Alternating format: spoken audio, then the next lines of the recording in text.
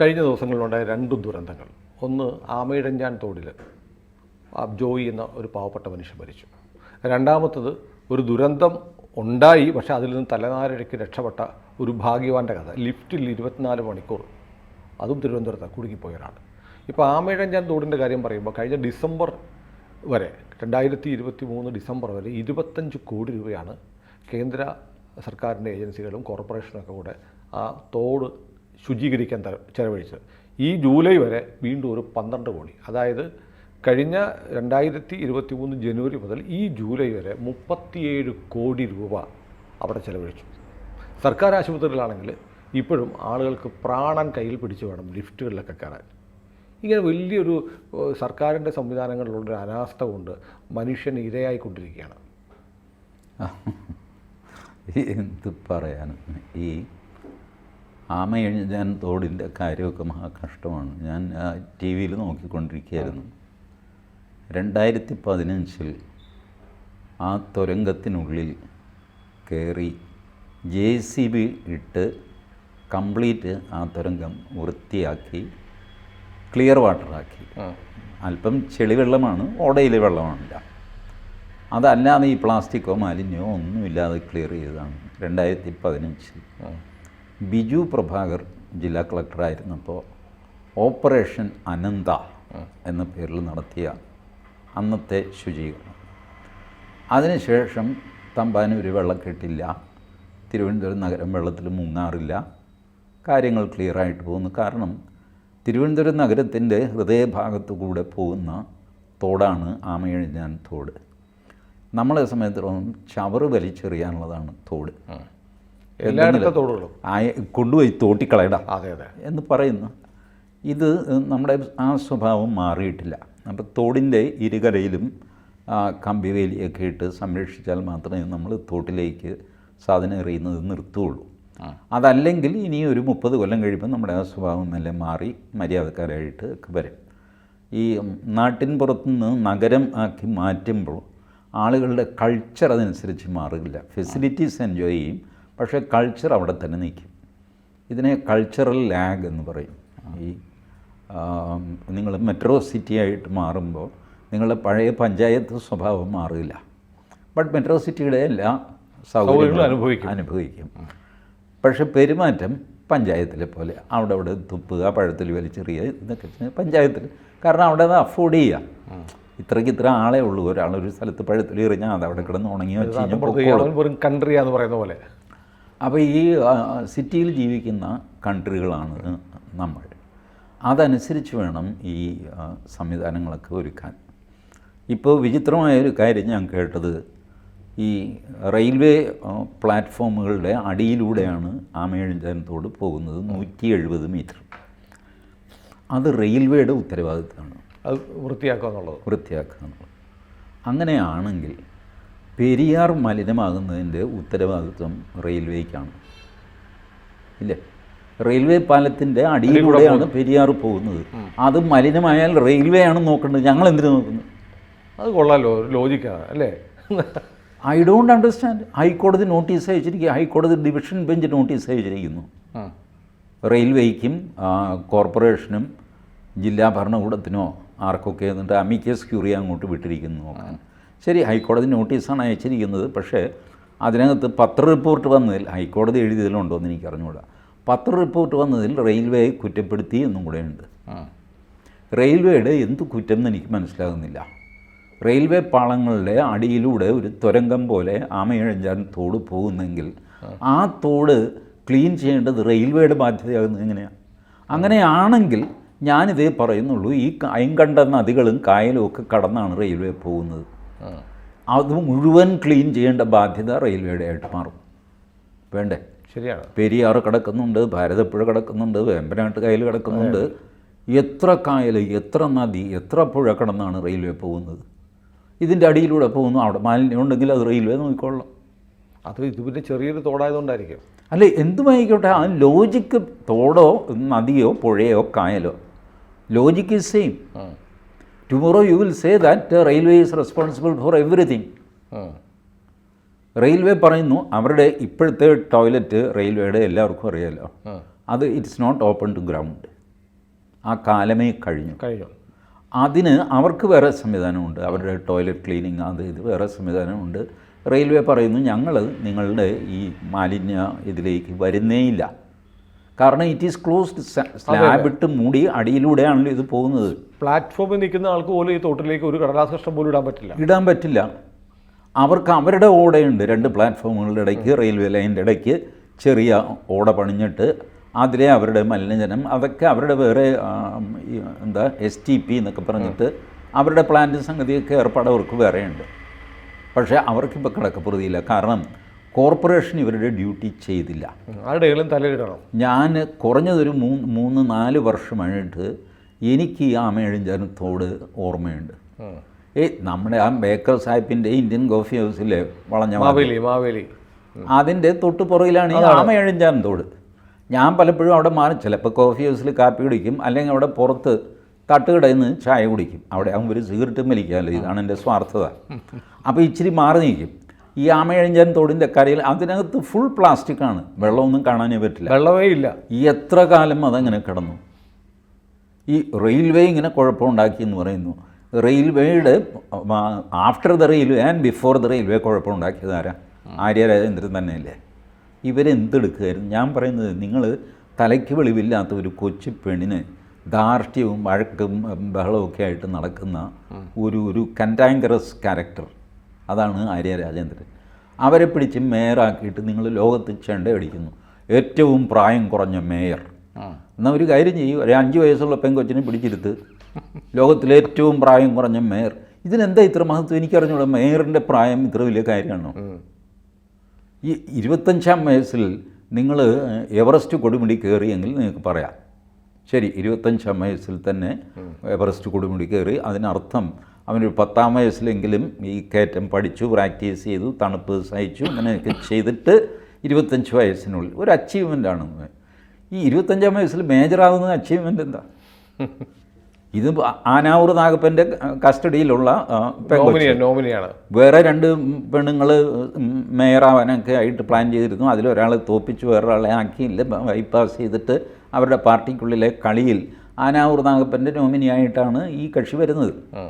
And she is so naive that she wrote a letter to Anavoor Nagappan. ഇത്ര ഒഴിവുകളുണ്ട് corporation, നമ്മുടെ ആൾക്കാരുടെ ലിസ്റ്റ് ഇതാന്ന് പറഞ്ഞുകൊണ്ട് എഴുതി കൊടുത്തു. അതാണ് ഞാൻ പറഞ്ഞത്, പണ്ട് നിയമസഭയിൽ ഒരു ബഹളം നടന്നു. നമ്മുടെ R ബാലകൃഷ്ണനുള്ള ഒരുത്തിന് ജോലി കൊടുക്കണമെന്ന് പറഞ്ഞിട്ടൊരു കത്തെഴുതി. അതൊരു സ്വകാര്യ കമ്പനിക്കാണ്, അഴിമതിയൊന്നും പറയാൻ പറ്റില്ല, സ്വകാര്യ കമ്പനിയല്ലേ. ബട്ട് സ്റ്റിൽ അതൊരു വിവാദമായി. മന്ത്രി അങ്ങനെ ഒരു കത്ത് എഴുതാമോ എന്നൊക്കെ ചോദിച്ച് ബഹളം വെച്ച്. അപ്പോൾ കുഞ്ഞാലിക്കുട്ടി എണീറ്റ് നിന്നു. കുഞ്ഞാലിക്കുട്ടി പറഞ്ഞു, നമ്മളെല്ലാവരും ഇതൊക്കെ ചെയ്യാറൊക്കെ ഉണ്ട്, പക്ഷേ ഇതൊക്കെ എഴുതി കൊടുക്കാമോ പിള്ളേച്ച എന്ന് ചോദിച്ചു. എഴുതി പിള്ളേച്ചൻ പറഞ്ഞു, ഒരു കയ്യബദ്ധം പറ്റിപ്പോയി, അവൻ ശല്യം പിന്നാലെ വന്നു കഴിഞ്ഞപ്പോൾ എഴുതി അങ്ങ് കൊടുത്തു വിട്ടതാണ്. അത് അവസാനിച്ചു, കാരണം അതിനകത്ത് അഴിമതിയോ സംഗതിയൊന്നുമില്ല. ബട്ട് ഈ കുഞ്ഞാലിക്കുട്ടിയുടെ ഈ ചോദ്യം ഉണ്ടല്ലോ, ഇതൊക്കെ എഴുതി കൊടുക്കാമോ മണ്ടത്തരം എന്നുള്ള ചോദ്യം, ഇത് ആര്യരെ ഇതുപോലും അറിഞ്ഞുകൂടാ. അവർ എഴുതി കൊടുത്തു, ചേട്ടാ നമ്മുടെ ലിസ്റ്റ് ഫോണെടുത്ത് വിളിച്ച് പറഞ്ഞാൽ മതി, അതല്ലേ ചെയ്യാവുള്ളൂ. അതിന് പകരം ഇവർ വാട്സാപ്പിലിടുക, ലിസ്റ്റ് ഉണ്ടാക്കുക, CPM-ൻ്റെ ആൾക്കാരെ നിയമിക്കുക, ഇങ്ങനെയൊക്കെ ചെയ്യുന്ന തലയ്ക്ക് വെളിവില്ലാത്തൊരു പെങ്കൊച്ച്. ആ പെങ്കൊച്ച് ഇവിടെ വന്ന് കിടന്ന് സീനുണ്ടാക്കുന്നു. റെയിൽവേ ആണ്, ഞാൻ തെളിവിൻ്റെ അടിസ്ഥാനത്തിലാണ് സംസാരിക്കുന്നത്. എന്ത് തെളിവ്? റെയിൽവേ പറയുന്നത് ഇവർ ഞങ്ങൾക്ക് നോട്ടീസ് തന്നു എന്ന് പറഞ്ഞാൽ ഞങ്ങൾക്ക് കിട്ടിയിട്ടില്ല. ഇനി തന്നു എന്ന് തന്നെ ആ നോട്ടീസിന് എന്ത് വില? പെരിയാറിലെ മാലിന്യം നീക്കണമെന്ന് പറഞ്ഞിട്ട് പൊല്യൂഷൻ കൺട്രോൾ ബോർഡ് റെയിൽവേക്ക് ഒരു നോട്ടീസ് അയക്കുന്നു. റെയിൽവേ എന്ത് ചെയ്യും? ആ നോട്ടീസ് മേടിച്ച് അവിടെ വയ്ക്കും, ചിലപ്പോൾ കീറി കളയും. അവർക്കൊന്നും ചെയ്യാൻ പറ്റില്ല, കാരണം അവരുടെ ലൈനിൻ്റെ അടിയിൽ കൂടെയാണ് പെരിയാർ പോകുന്നത്. അത് ക്ലീൻ ചെയ്ത് തരണമെന്ന് പറഞ്ഞാൽ അവരെന്താ ചെയ്യുക? ഇതേ പൊട്ടത്തരമാണ് ഈ ആമയിഴഞ്ചാൻ തോട്ടിൽ എല്ലാവരും കൂടെ ചെയ്യുന്നത്. അല്ല, ശിവൻകുട്ടി പറഞ്ഞിട്ടുണ്ട് 10 ലക്ഷം റെയിൽവേ നഷ്ടപരിഹാരം കൊടുക്കണമെന്ന്. 25 ലക്ഷം ചോദിക്കുമ്പോൾ കുറയ്ക്കണ്ട. മനോരാജ്യത്തിൽ അർദ്ധരാജ്യം വേണ്ടല്ലോ. ഇനി എല്ലാവരും കൂടെ ബഹളം വെച്ചിട്ട് തിരുവനന്തപുരത്ത് നിന്ന് ആ റെയിൽവേ സ്റ്റേഷൻ എടുത്ത് മാറ്റിയാൽ എല്ലാവർക്കും സമാധാനമാകും. അപ്പോൾ പിന്നെ നിരന്തരം റെയിൽവേയെ കുറ്റം പറയാം, സ്റ്റേഷനേ ഇല്ല ഇവിടെ എന്ന് പറഞ്ഞുകൊണ്ട്. You don't know how to handle your dirty things. നിങ്ങളുടെ ബാക്ക് യാർഡിലുള്ള ചവറ് എന്ത് ചെയ്യണം എന്ന് ഇപ്പോഴും നിങ്ങൾക്കറിയില്ല. നിങ്ങൾക്കൊരു പ്ലാനില്ല, പദ്ധതിയില്ല, എക്സിക്യൂട്ട് ചെയ്യാൻ ആത്മാർത്ഥതയുള്ള ഉദ്യോഗസ്ഥരില്ല, ഒരു ചുക്കുമില്ല. ഈ എറണാകുളത്ത് കുറേ കാലം മുമ്പ് ഇതുപോലെ മാലിന്യ നീക്കം നിലച്ചു എന്നൊക്കെ പറഞ്ഞിട്ട് ഈ മാലിന്യ നീക്കത്തിനൊരു മാഫിയയുണ്ട്. എല്ലാ സാധനത്തിനും കേരളത്തിൽ മാഫിയയുണ്ട്. അവരാണ് ഇപ്പം തിരുവനന്തപുരത്ത് കുടിവെള്ള വിതരണം നിലച്ചു എന്നൊക്കെ പറയുന്നത്. It's a mafia operation. Tanker മാഫിയയ്ക്ക് കാശുണ്ടാക്കാൻ വേണ്ടിയിട്ട് 3-4 ദിവസം ഏതെങ്കിലും ഒരു പൈപ്പ് പൊട്ടിക്കുകയോ പിടിക്കുകയോ ഒക്കെ ചെയ്യും. അതാണ് നടക്കുന്നത്. എറണാകുളത്തും അത് നടക്കാറുണ്ട്. പ്രൈവറ്റ് ബസ് സമരം ചെയ്തിട്ട് ഓട്ടോറിക്ഷക്കാർക്ക് കാശുണ്ടാക്കുക. 2 ദിവസം നീ ഒന്ന് സമരം ചെയ്യണം, ശരി അത് ചെയ്യാമെന്ന്. പ്രൈവറ്റ് ബസ്സും ഉടനെ ഓട്ടോറിക്ഷക്കാർക്ക്. ഇങ്ങനെയൊക്കെയുള്ള കലാപരിപാടികളാണ് കേരളത്തിൽ നമ്മുടെ മുമ്പിൽ നടക്കുന്നത്. ഇതിൽ നിസ്സഹായരാണ് ജനം. ജനം എന്ന് പറഞ്ഞു കഴിഞ്ഞാൽ അതും വളരെ രസകരമാണ്. ഈ KSEB-കാരൻ ഓട്ടോറിക്ഷക്കാരനെ കൊള്ളയടിക്കും, ഓട്ടോറിക്ഷക്കാരൻ KSEB-കാരനെയും കൊള്ളയടിക്കും. ഇവൻ ഓട്ടോയിൽ കയറില്ല, അപ്പോൾ ഇവനെ കൊള്ളയടിക്കും. ഇവൻ്റെ ഫ്യൂസ് ഊരിയിട്ട് അവനിവനെ കൊള്ളയടിക്കും. അല്ലെങ്കിൽ പ്രതിമാസം നിശ്ചിത തുക എന്ന് പറഞ്ഞിട്ട് ചുമ്മാ കൊള്ളയടിക്കും. എന്തിനാ നിശ്ചിത തുക? അതൊരു തുകയാണ്, അത് തന്നിരിക്കട്ടെ. സുനിലിൻ്റെ ബില്ലെടുത്ത് നോക്കിയോ, മന്ത്ലി ഫിക്സഡ് ഡെപ്പോസിറ്റ്. അതെ, ഫോർ വാട്ട്? ഇത് മാസം തോറും ഫിക്സഡ് ഡെപ്പോസിറ്റ് കൊടുക്കുന്ന ഇവനാരത്? ബട്ട് അത് ഇലക്ട്രിസിറ്റി ബോർഡ് വാങ്ങും. അങ്ങനെ പല ഘട്ടത്തിൽ വാങ്ങുന്നുണ്ട്. നമ്മൾ കാശ് കൊടുത്ത് വാങ്ങിയ മീറ്റർ, ആ മീറ്ററിന് വാടക നമ്മൾ കൊടുക്കണം. വാടകയല്ല, അതിന് GST ഉണ്ട്. GST എല്ലാത്തിനും പിന്നെ GST ഉണ്ട്. ഇങ്ങനെ അന്യോന്യം കൊള്ളയടിച്ച് കഴിയുന്നൊരു സമൂഹമാണ് നമ്മുടെ. അതിൽ ഒരു പങ്കാണ് ഇപ്പോൾ ഈ ചവർ മാഫിയ. അവർ ചവർ നീക്കം ഇടയ്ക്ക് സ്തംഭിപ്പിക്കും, അതിന് പാര വയ്ക്കും, ബ്രഹ്മപുരത്തിന് തീയിടും, ഇങ്ങനെ പല പരിപാടികളും ചെയ്യും. ഈ ചവർ എന്താണ് എന്ന് പോലും ഈ ആര്യ രാജേന്ദ്രനോ ശിവൻകുട്ടിക്കോ അറിയില്ല. ശിവൻകുട്ടിക്ക് കുറച്ചെങ്കിലും അറിയാൻ കഴിയും. കാരണം ശിവൻകുട്ടി മേയറായിരുന്നു ഒരു കാലത്ത് തിരുവനന്തപുരത്ത്. അന്നാണ് ശിവപ്പെട്ടി എന്ന് പറഞ്ഞൊരു പെട്ടി ഇറക്കിയത്. അത് വലിയൊരു ഇരുമ്പിൻ്റെ വലിയ പെട്ടിയാണ്. അത് ഈ ക്രെയിൻ പോലത്തെ സാധനം വെച്ചിട്ട് ആ പെട്ടി അതുപോലെ തന്നെ പൊക്കി വേസ്റ്റ് ഡിസ്പോസലിൻ്റെ അവിടെ കൊണ്ടുപോയി ഇടാം. പുറകിൽ നമ്മളുടെ അതൊക്കെ നമ്മുടെ കൊച്ചിയിലുണ്ടായിരുന്നു. വല്ലാത്തൊരു സാധനം, വലിയ പെട്ടി, അതിങ്ങനെ ചങ്ങലയിട്ട് അത് പൊക്കി എടുത്തുകൊണ്ട് പോകും, ഒരു പ്രത്യേക വണ്ടി. ഇത് ആ കിഴക്കേക്കോട്ടയിലേക്ക് ഈ പെട്ടി വെച്ചിട്ട് ഇതിനകത്ത് ചവറ് നിറഞ്ഞ് കവിഞ്ഞ് 4 പാടും വീഴും. അപ്പോഴും ഈ പെട്ടി എടുത്തുകൊണ്ട് പോകില്ല. അങ്ങനെ അതിന് ശിവപ്പെട്ടി എന്ന് പറഞ്ഞ് പേര് വന്നു. 90കളിൽ ശിവൻകുട്ടി ചെയർമാനായിരുന്നു. പിന്നെ ആ സ്കീം നിർത്തിവെച്ചു. ഇവർ ഒരുപാട് സ്ഥലത്ത് ഒരുപാട് സ്കീമുകൾ നിർത്തിവെച്ചു. കാരണം ഈ പൊതു റോഡിൽ ചവറ് കാണുമ്പോഴാണ് ആൾക്കാർക്ക് ചൊറിയുന്നത്. അതുകൊണ്ട് ഇവരെന്ത് ചെയ്തു, വീടുകളിൽ നിന്ന് ചവറെടുക്കുന്ന നിർത്തി. അപ്പോൾ ഓരോരുത്തരുടെയും വീട്ടിൽ ചവറ് കുന്നുകൂടും, റോഡിൽ കാണില്ല. അപ്പോൾ കോർപ്പറേഷൻ എഫിഷ്യൻ്റാണ്. ഇതിന് ഒരു ഓമന പേരും കൊടുത്തു, ഉറവിട മാലിന്യ സംസ്കരണം. സംഗതി എന്താ, സുനിലിൻ്റെ ചവറ് സുനിൽ തന്നെ സംസ്കരിക്കുകയോ തിന്നുകയോ എന്താന്ന് വെച്ചാൽ ചെയ്തു. ഉറവിടത്തിൽ തന്നെ സംസ്കരിച്ചോളണം, പുറത്തെടുക്കരുത്. ഇതാണ് ഉറവിട മാലിന്യ സംസ്കരണം എന്നുള്ള തട്ടിപ്പ്. It is not possible. 2 cent 3 സെൻറ്റിൽ ഒരു കൂരയും വെച്ച് താമസിക്കുന്നവൻ ഉറവിടത്തിൽ എന്ത് ചെയ്യും അവൻ? ഇപ്പോഴും കേരളത്തിലെ ഒരൊറ്റ കോർപ്പറേഷനും അറിയില്ല എന്ത് ചെയ്യണം എന്ന്. ഒരു തെങ്ങ് വെട്ടിക്കഴിഞ്ഞാൽ എങ്ങനെ ഡിസ്പോസ് ചെയ്യും, അത് എവിടെ കൊണ്ടുപോയി ഇടും അറിയില്ല. ഒരുത്തൻ്റെ അടുക്കളയൊന്ന് ഇടിഞ്ഞു വീണു, ഇഷ്ടികയും സംഗതിയൊക്കെ ആയിട്ട് പൊളിഞ്ഞു വീണു. പുതിയത് കെട്ടണം, അവിടെ ഒരു സ്ലാബ് കെട്ടണം. ഈ പഴയ പൊളിഞ്ഞു വീണത് എവിടെ കൊണ്ടുപോയി കളയണം? റോഡ് സൈഡിൽ കൊണ്ടുവിടും. റോഡ് സൈഡിൽ കൊണ്ടുപോയിടും. നമ്മളിവിടെ ഈ കൊച്ചിയിൽ ചുറ്റും നടന്നാൽ കാണാമല്ലോ. തെങ്ങ് വെട്ടിയിട്ട് എന്താ ചെയ്യുന്നത്? ഫുട്പാത്തിൽ ഇങ്ങനെ അട്ടിയിടും. ചെറിയ ചെറിയ മദ്ദളം പോലത്തെ കഷ്ണങ്ങളാക്കി ഇങ്ങനെ അട്ടിയിടും. സ്ഥലമില്ല. അവരെന്താ ചെയ്യേണ്ടത്? ഇവിടെ ചവർ ഇടരുത്, CCTV വെച്ചിട്ടുണ്ട്. എന്ത് കുന്തം വെച്ച് ഞാൻ ഈ ചവർ എന്താ ചെയ്യേണ്ടത്? അത് കോർപ്പറേഷൻ പറയണ്ടേ. ഇവിടെ ഇടരുത്, ശരി ഇടുന്നില്ല, പിന്നെ എവിടെ ഇടണം അത് പറയണ്ടേ? അതില്ല. അത് ഒരു കോർപ്പറേഷനിൽ ഇപ്പോൾ ഈ ആമയഴിഞ്ചൻ തോട് വന്നതുകൊണ്ട് തിരുവനന്തപുരം കോർപ്പറേഷൻ ലൈം ലൈറ്റിൽ വന്നു. കുറച്ച് നാൾ മുമ്പ് ബ്രഹ്മപുരത്ത് തീ പിടിച്ചപ്പോൾ എന്തായിരുന്നു ബഹളം? ഇപ്പോൾ ഇവിടെ ബ്രഹ്മപുരം എല്ലാം ശാന്തമായോ? ആർക്കറിയാം. അത് അന്നത്തോടെ ഉപേക്ഷിച്ചു. അതുപോലെ ഇന്നലെ വൈകുന്നേരം ആ ജോയിയെ അടക്കം ചെയ്തതോടെ തിരുവനന്തപുരത്തെ ചവർ നീക്കം കഴിഞ്ഞു. എല്ലാം ശാന്തം, ജീവിതം പഴയ പോലെ ആകും. വീണ്ടും വെള്ളക്കെട്ടുണ്ടാകും, തോന്നിയ ദിവസം എന്തെങ്കിലും ചെയ്യും. you put some efficient officers who can do that. Call them. ഞാനിപ്പോഴും ഈ തിരുവനന്തപുരം മേയർ അവർക്ക് തലയ്ക്ക് വെളിവില്ല, അവരോട് പറഞ്ഞിട്ട് കാര്യമില്ല. തിരുവനന്തപുരം ജില്ലാ കളക്ടറോട് ഞാൻ openly I am requesting you call ex engineers who are staying in Trivandrum, town പ്ലാനിങ്ങിൻ്റെ ആർക്കിടെക്റ്റ്, അത് ഇത് എൻ്റെ സുഹൃത്തുക്കൾ തന്നെ ഒരു 10-30 പേര് തിരുവനന്തപുരത്ത് താമസിക്കുന്നുണ്ട്. Ask them. You need not pay them, they will do it free of cost. You need not pay them. Including their travel they will bear. But ബാക്കി സാധനങ്ങൾ മണ്ണ് മാന്തി അത് ഇതൊക്കെ കൊടുക്കണം, സ്റ്റാഫ് കൊടുക്കണം. Give them 1 month's time. They will clean Trivandrum city. They know what Trivandrum city is. ഈ ആമയിഴഞ്ചാൻ തോടും ഇതിൻ്റെ പ്രദേശവും 1972 കണ്ടവനാണ് ഞാൻ. എനിക്കറിയാം അതിൻ്റെ കിടപ്പ്. ഇത്രയും ദൂരെ വെള്ളം ഒഴുകുന്നുണ്ടായിരുന്നു. ഉണ്ട്, അന്നും വെള്ളം ഒഴുകുന്നുണ്ട്. ഇവർ ആമയിഴഞ്ചാൻ തോട് വലുതാക്കാൻ നോക്കി, ഇടയ്ക്ക് വെച്ച് ഉപേക്ഷിച്ചു. കാര്യം എന്താണെന്നറിയാമോ?